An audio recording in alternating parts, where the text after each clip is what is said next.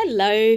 I recently bought this set of Pantone postcards and had a good time doing some little random paintings from the colours in here, but at the same time that I purchased these, I also purchased another couple of boxes of postcards, and today we're going to check those ones out. So these came up in the suggested area on Amazon, which is always credit card death, but I just took a fancy to them. I think they're beautiful boxes. These are Botanicals and Roses with 100 postcards each from the archives of the New York Botanical Garden. And I was thinking that these would be fantastic as references because I love drawing and painting flowers, and it would be great to get a bit more practice, but I haven't actually looked at them properly yet, so I'm going to open these with you today and we will check the cards out. Let's get into it. So opening the box, and you can see the cards are still wrapped in this little bit of plastic, so I'm going to have to pull the whole lot out, I think, to take that plastic sheath off.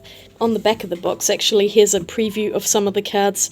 They're gorgeous. I just love the colour of them. So there are 100 cards. They are most definitely postcards. They're such beautifully illustrated pictures. I'm so glad I picked these up. They're just lovely to look at, even if I don't do anything else with them. I'm not going to go through every single card in here because there are so many of them. That's like 200 cards. But these are beautiful. I'm really liking them. I just randomly flick to a few more. And there's all sorts of interesting pictures in this Botanicals one. So I'll just take a quick look in the Roses box as well. So the Roses is pretty much the same, and it's got pictures on the side and on the back.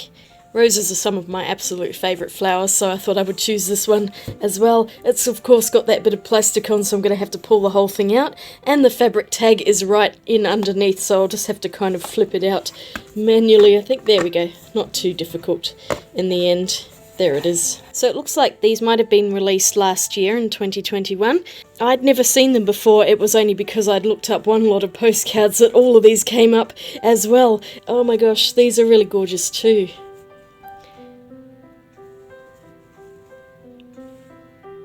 The cards themselves are a very matte cardstock. They're quite thick and a nice white cardstock as well, so that you can really see the colours pop.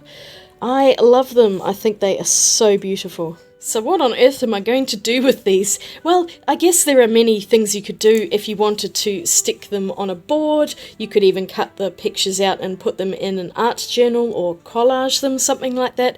I don't think I have the heart to destroy the sets at the moment. They're just so beautifully presented, and I think I want to keep them all intact. So my idea is to use them to make my own paintings.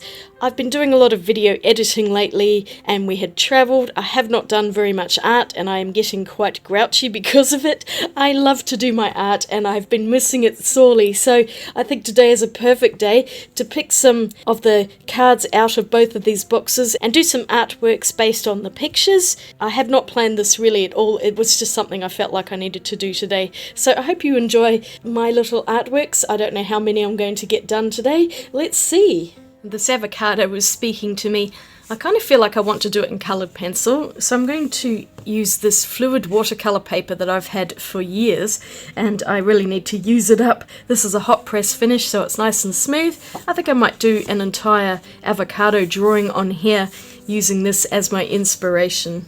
There we go, I'll put it over to the side. Now I've got to pick which pencils. I think I want to use my polychromos, so I'm going to pull that big tin out and pull some pencils out of there. I was also thinking now is a good time to actually try a technique that I have been wanting to use for a while, and that's starting off with a base layer of marker pen and then using the coloured pencils on top. Because I do have hand issues sometimes, I want to be quite gentle, and I think maybe just giving myself a head start with a nice alcohol marker layer would be a good idea, so I will do that as well. I grabbed the nearest pencil, a 2B from the Up Crate box in my previous video, and I started drawing. I've really been trying lately to improve my drawing skills, so copying from pictures like this is a really useful way to do that, and I am drawing mine a bit larger because I'd say the postcards are about a 4x6 and my paper here is a 6x8. I didn't use a grid or anything like that. I'm just basically freehanding this and hoping I can get it pretty much right. And once I'd finished the drawing, I rubbed most of it out with a kneaded eraser just to take off the worst of the graphite because I don't want it interfering.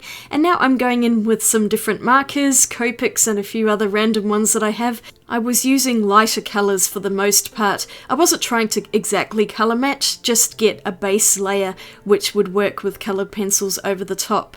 I don't really have a huge amount of experience with alcohol markers, and I was using them quite sketchily just to get 1 or 2 layers down rather than spending hours doing layer upon layer. The paper was really good though, it hardly bled through at all, and it would easily take more layers of pen. I'm kind of tempted to get one of those large sets of Ohuhu markers, the brush ones. It's on my wish list, I keep thinking about it, but I haven't quite justified the price of them, but maybe one day. So after finishing this rather sketchy looking lower layer, I then went in with the Faber-Castell Polychromos pencils and used some more realistic colours over the top. Now I of course had forgotten that Polychromos do tend to be a little more translucent than some other brands, but they actually still worked really well on this, and Polychromos are just amazing on smooth paper. They're firmer than other brands of pencils such as the Caran d'Ache Luminance, and so they just sharpen up really well and are excellent for those beautiful details. You really can't go wrong with the 120 set of Polychromos. If it's the only set you ever own, probably this one is a really good candidate for that. So this drawing actually took me a whole lot longer than I expected. I ended up doing quite a lot of detail on it, and I found the base layer of marker pen was really useful because it automatically takes away all of the white paper so that once the pencil goes on the top, it's basically the colour of the marker showing through underneath rather than whiteness, and then it spares you a lot of time having to do multiple layers to get rid of that white paper. And it appears to be a really great time saver, along with helping to spare my poor wrist so I wasn't using it for as long. I'm definitely doing this technique again. It also works better than doing a watercolour underpainting because watercolour will leave a little bit of residue and texture on the paper, which makes it sometimes a little more difficult for pencil to grip onto. And this would be the same if you used a water-based marker because that does tend to pill up the paper, whereas the alcohol markers just go straight onto the paper with no discernible difference in the texture on the surface, so it doesn't take away any of that paper's tooth. And when you're on a smooth paper like this, you need all the tooth you can get. But the Polychromos just blended so well over the top, and I was able to get that wonderful detail with the coloured pencils and achieve that lovely coloured pencil texture. This is the most detailed drawing I'd done for a while, and I was really happy to get back into it. The only part of the drawing that I didn't really care for is the purple avocado. I didn't know they came in purple, but I didn't quite get the placement of the highlight right, as you will see in a little bit. I also used an extra Polychromos pencil that does not come in the 120 set. It's a pale lilac colour that I think is discontinued, but it worked really well on the avocado. I just wish I could get another pencil in that colour because sooner or later I'm going to run out of it. Oh, you can see how much time I spent on those leaves though. Coloured pencils is a very slow medium, so let me speed up this drawing just a little bit more.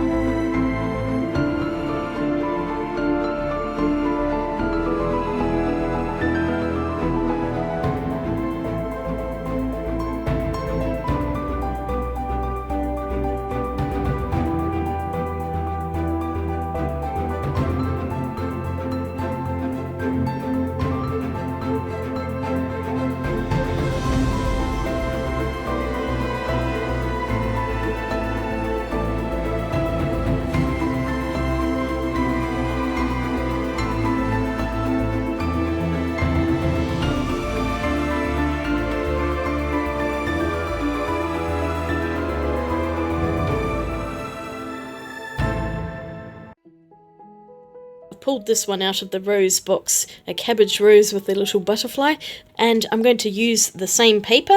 It is very smooth. I'm not too sure how it's going to go with watercolours because I'm going to try out my Schmincke Horodam set on it and see what I can come up with. So I'm not very confident painting watercolours on hot press paper. This is going to be interesting. Starting out the same way with this one, using that 2B pencil, and I'm just drawing out the roses first and then I'll put the leaves in. Roses are quite tricky because of all those intricate petal patterns, but once you've drawn them a few times, it does get a little easier as you can start to remember how they kind of go. I was also a lot more warmed up for this one, so I was able to draw more easily, and I don't think I really rubbed a great deal out at all. But the drawing part still took ages, as I did spend a lot of time on the little intricate details, and I pretty much stuck exactly to the picture in this one, including all of the details, I think. And I'm using that kneaded eraser to take off most of the pencil once again. And now finally the painting. So I mixed up a pink using magenta and Naples yellow reddish, and it's almost an identical colour to the reference picture, which is quite nice. I did a fairly light layer to begin with, and I'm using kind of a wet on wet technique for parts of it, just to let the paint disperse over the petals of the rose, and then I will go back later to add in more detail and shading. Paint also behaves more differently on hot press paper, and I'm just not quite as confident with it, but I was able to get something quite good in this picture. I did spend a lot more time trying to get the details.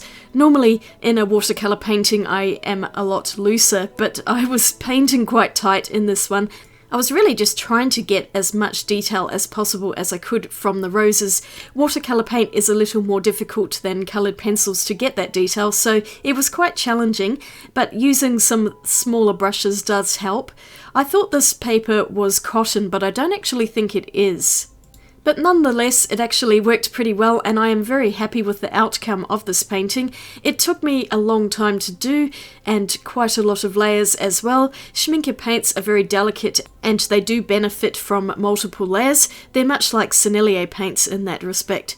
For the bluer parts of the leaves, I ended up using mostly Prussian green, and then I also used some permanent green deep, sap green, and a lighter permanent green light, something like that. I can't remember the names of the colours, but I just tried to mix the colours together to blend them.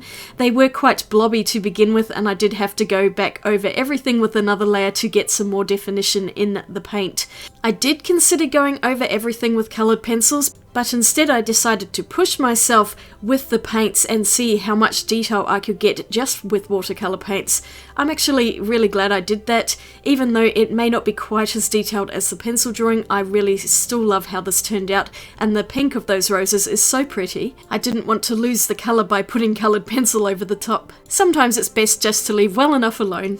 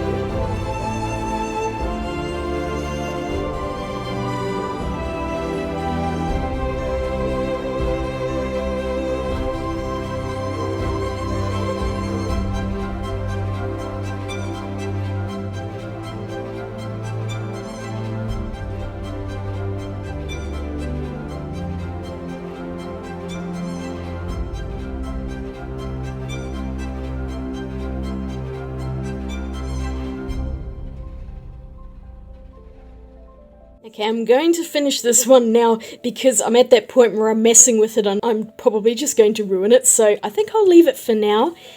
And let me get the other one that I got done in this video. So I'm really happy with both of them, and I especially liked using the alcohol marker technique first and then putting the pencil over the top. That was so much time saved on my poor old hand, and it's been a while since I've done a detailed watercolour painting, so this one was quite fiddly. I'm quite happy with both of them. I could spend maybe more on this, and I had the thought of maybe going over it with colour pencil, but in the end I decided I really wanted to leave this as a watercolour piece, not adding anything else but the watercolour. This paper worked out pretty well. I don't actually think it's cotton, but it did okay, and I've had this, as I said, for a long time, so I'm trying to use it up, but it worked well for these little pieces. I can definitely agree that botanical style illustrations and paintings do work better on a smooth hot press paper. I can just about squeeze everything in. So I just got these boxes because I thought they were pretty and I actually really like them. I think if I was to pick one over the other, I would choose the Botanicals because this one does seem to have a bit more variety of plant in here. Roses being all kind of similar to one another. There are a few that are a little bit repetitive in the box, but otherwise all of the cards are really beautiful quality and both sets are worth getting. But I really enjoyed using these as reference, and I think it's a great way to practice doing a bit more detail, especially if you want to get into botanical paintings and drawings, because these are actual illustrations themselves. They're not photographs. Someone or many someones have actually done these incredible artworks, and they are just wonderful to copy from and take inspiration. So that was just a little bit of fun, and if you were curious about the postcards, that's what they look like. I hope you enjoyed this video. Thank you so much for watching. Let me know what you think in the comments below, and do you think these postcards are worth it? I will link them in the description. They're on Amazon, and so you can check them out for yourself. They do have quite a few other ones, but I thought these would be the most useful for me. If you enjoyed this video, don't forget to give it a thumbs up and click the subscribe button, and I will see you all again really soon in my next video. I hope you're having a great day. Swatch you later. Bye.